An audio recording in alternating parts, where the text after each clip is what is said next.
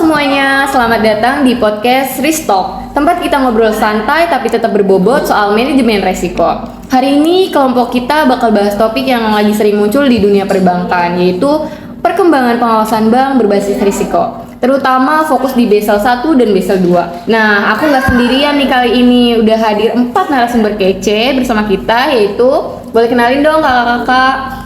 Halo teman-teman, perkenalkan nama aku Devina. Halo teman-teman semua, kenalin aku Ikhlas. Halo teman-teman, perkenalkan nama aku Salsa. Senang bisa ngobrol bareng kalian. Dan aku Fatin. Halo teman-teman, yuk kita bahas bareng-bareng. Oke, kita langsung mulai aja ya. Kita mulai dari dasar dulu. Kak Divina boleh jelasin nggak apa sih bedanya Basel 1 sama Basel 2 itu? Oke, jadi apa sih bedanya Basel 1 sama Basel 2 ya Kamanda? Jadi gini, Basel 1 itu dia tuh model pengawasan bank yang masih simpel banget teman-teman. Dia tuh cuman fokus ke satu cara pengukuran risiko dan pendekatannya juga cenderung one size fits all. Nah, jadi tuh semua bank diperlakukan sama seolah-olah mereka tuh punya kondisi risikonya yang sama seperti itu. Nah, sedangkan Basel 2 ini dia jauh lebih advance. Dia tuh pakai metodologi internal yang dimana dari masing-masing bank itu jadi lebih fleksibel dan lebih sensitif terhadap risiko. Nah, intinya Basel 2 itu dia lebih ngebolehin bank pakai model yang mereka kembangkan sendiri gitu. Terus selama sesuai dengan standarnya mereka. Jadi otomatis pengukuran risikonya lebih akurat kayak gitu Kamanda bedanya. Oke, bagus banget ya penjelasan dari Kak Devina. Sekarang kita masuk ke struktur Basel 2. Ada 3 pilar ya di Basel 2 itu. Boleh tolong jelasin Kak Ikhlas? Oke, betul ya teman-teman. Jadi tuh di Basel 2 itu ada 3 pilar. Yang pertama itu ada minimum capital requirement. Jadi ini tuh pengembangan dari regulasi lama. Jadi fokusnya itu ke perhitungan modal minimum berdasarkan resiko kredit, resiko pasar dan juga resiko operasional. Nah, yang kedua itu ada supervisory review proses. Nah, jadi ini tuh lebih ke evaluasi internalnya. Jadi internal banknya dan pengawasan dari regulatornya. Jadi tujuannya itu buat mastiin bahwa model yang dimiliki bank itu cukup. Jadi bukan kalau resikonya itu tambahan yang dapat di pilar pertama gitu. Oke, jadi yang ketiga itu ada market discipline. Jadi ini itu soal transparansi ya teman-teman. Jadi bank itu harus terbuka soal kondisi portofolionya, profil resikonya dan juga pasar biar si pasar dan investor itu bisa menilai kesehatan bank secara objektif gitu, Kamanda. Oke, bagus nih penjelasan dari Kak Ikhlas. Oke, kayaknya dari penjelasan Kak Ikhlas nih pilar 2 kayak penting banget ya. Kak Salsa boleh coba dijelasin? Yap, betul banget teman-teman, kayak yang udah dibilang sama Kak Manda. Pilar 2 itu penting banget. Jadi pilar 2 itu fokus sama hal-hal yang mungkin gak ke-cover di pilar 1. Misalnya itu seperti resiko suku bunga di banking book. Basel Committee pernah mengeluarkan dokumen khusus, namanya itu Principle for the Management and Supervision of Interest Rate Risks. Jadi intinya itu pilar 2 ngasih ruang buat tindakan pengawasan yang lebih proaktif.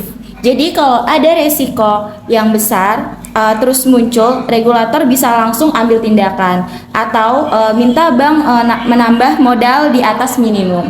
Oke, karena Kak Salsa udah menjelaskan tentang Basel 2, pilar 2 maksudnya ya.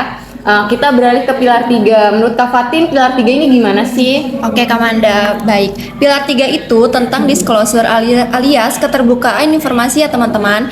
Tanpa transparansi, pasar nggak bisa menilai apakah bank itu sehat atau tidak.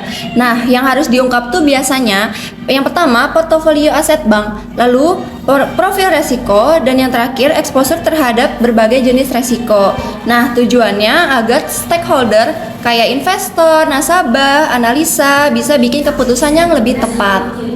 Oke, kita balik lagi ya setelah penjelasan dari Kak Fatin, kita balik ke sejarah. Kenapa sih Basel 1 perlu diperbarui menjadi Basel 2? Kita tanya ke Kak Devin ya, kenapa? Oke, jadi kenapa sih Basel 1 itu perlu diperbarui jadi Basel 2 ya Kamanda? Jadi jawabannya itu karena kita tuh seiring zaman kita tuh semakin maju, nah terus juga dunia perbankan tentunya semakin kompleks. Nah, bank-bank ini mulai pakai metode kuantitatif untuk ukur risiko kreditnya. Nah, risiko ini tuh makin banyak jenisnya teman-teman, datanya juga makin besar, terus pengawasnya juga butuh angka yang jelas tentunya. Nah, dengan metode kuantitatif ini, bank bisa mengukur risiko secara lebih tepat dan sesuai dengan keadaan nyata. Nah, ditambah lagi sejak Market Risk Amendment tahun 1996, bank itu udah boleh pakai model internal buat risiko pasar. Nah, jadi tuh Basel Committee ngeliat, oh industri ini tuh udah semakin kompleks nih. Nah, akhirnya tuh Basel 2 dibuat biar pengukuran risikonya tuh nggak ketinggalan sama zamannya kayak gitu Kak Manda. Oke, bagus banget. Tapi katanya Basel 2 ini juga penuh tantangan ya Kak. Boleh dijelasin tantangannya itu apa aja Kak Ikhlas? Oke, betul banget ya. Jadi salah satu masalah besarnya itu adalah nentuin model kreditnya apa yang mau dipakai di pilar pertama. Jadi dulu itu ada dua opsi. Yang pertama itu ada full portfolio model. Jadi itu yang basisnya itu model Merton. Jadi model ini itu ngelihat nilai perusahaan kayak harga aset yang bisa naik turun. Terus kalau nilai perusahaannya itu turun sampai di bawah utangnya, dianggap gagal bayar nih. Nah, cara ini tuh sangat detail dan akurat. Tapi katanya itu ini rumit banget. Nah, butuh data dalam dan juga tim kuantitatif yang kuat. Jadi enggak semua bank itu siap loh. Nah, yang kedua itu ada grade model, yaitu cara yang lebih sederhana nih dari yang opsi pertama tadi. Jadi itu bank itu ngasih grade ke nasabah, jadi semacam kayak rating A, B atau C, jadi nunjukin tingkat resikonya. Nah, ini tuh lebih mudah dipakai oleh semua bank nih.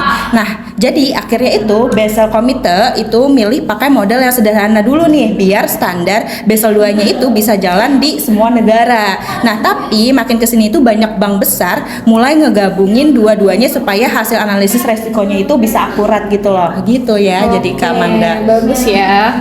Nah, selanjutnya ini ada satu hal penting nih di Basel 2, itu masuknya risiko operasional ya. Risiko operasional itu apa sih Kak Salsa? Boleh tolong jelasin dong? Oke, baik. Jadi resiko operasional itu resiko kerugian yang muncul karena kesalahan manusia, sistem, terus proses internal yang gagal atau kejadian eksternal. Contohnya itu seperti fraud atau error transaksi, terus ada masalah IT, lalu ada pelanggaran hukum, dan yang terakhir itu ada hubungan hal buruk dengan nasabah. Basel 2 memasuki resiko ini dalam pilar 1 karena kalau cuma ditaruh di pilar 2 itu takutnya bank itu nggak nyiapin model yang cukup. Jadi seperti itu Kak Manda. Oke, terakhir ya sebelum kita masuk ke penutupan, Kak Fatin, gimana nih proses Basel 2 bisa dikembangin? Oke, jadi Basel 2 itu nggak langsung jadi teman-teman. Mereka ngelakuin proses konsultasi yang cukup panjang sejak tahun 1999 hingga 2004. Nah, ada konsultatif papers, ada quantitative impact studies, bahkan beberapa negara bikin national impact study.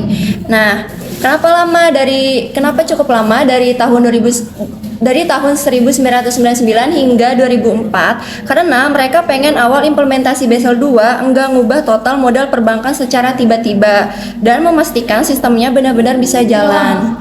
Wah, lengkap banget ya penjelasan di hari ini, podcast kali ini. Pembahasannya mulai dari perbandingan Basel 1 dan Basel 2, 3 pilar Basel 2, resiko operasionalnya, sampai proses pembuatannya pun ada. Oke, semoga podcast ini bisa membantu teman-teman ya belajar lagi tentang manajemen resiko. Makasih buat semua narasumber yang udah sharing ilmunya di sini. Sampai ketemu lagi di episode selanjutnya. Bye!